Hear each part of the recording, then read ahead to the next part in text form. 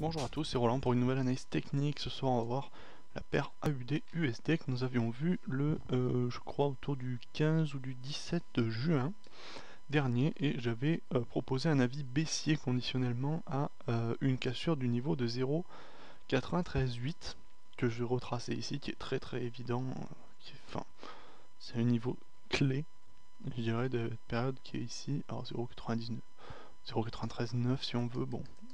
C'est quelque chose d'un peu plus macro, un peu plus gros. Alors c'est vrai que on avait eu à ce moment-là, c'était par là. Ah ouais, c'était ici, on était dans la reprise un petit peu dans le doute baissier. Mais malgré ça, il y avait quand même un petit rebond haussier, il y avait un doute. Mais comme j'évoquais quand même, ça faisait un moment qu'on avait eu déjà de la baisse. La baisse était très appuyée, je voyais difficilement un mouvement de reprise haussière. Surtout qu'on avait déjà cassé des niveaux de support ici présents. Dans ces niveaux-là, il y aurait eu plus de résistance, plus de support, je dirais, à ce moment-là, sur ces niveaux-là, pour qu'on ait un rebond crédible sur ce support de 0,938. Alors on a une très forte cassure baissière, et ensuite une continuation baissière plus lente dans la foulée. Alors il est possible qu'on ait bientôt un pullback, parce que c'est quand même un niveau super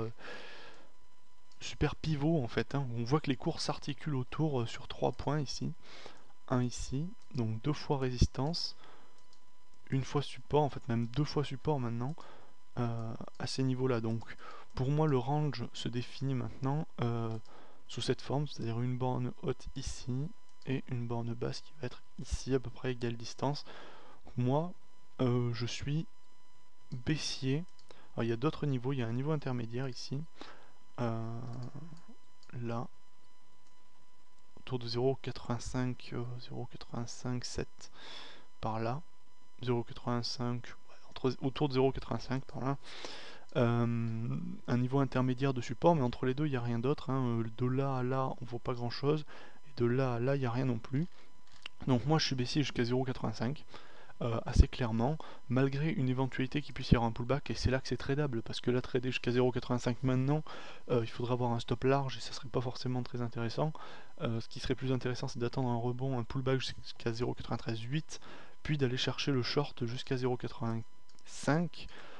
Et après, si on est audacieux, aller plus loin jusqu'à 0,80, qui semble la borne, disons, optimale pour un rebond.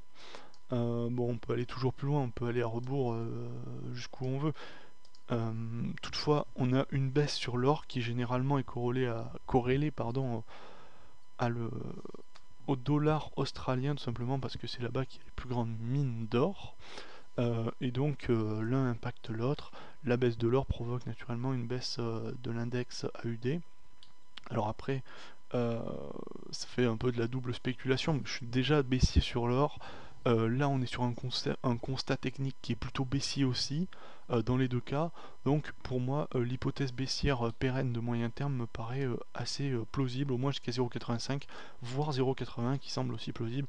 Et on voit que de toute manière sur la paire AUD-USD on avait quand même une forte augmentation depuis quelques temps, et là on est quand même sur une phase de correction. Voilà, j'espère que cette vidéo vous aura intéressé et je vous dis à la prochaine.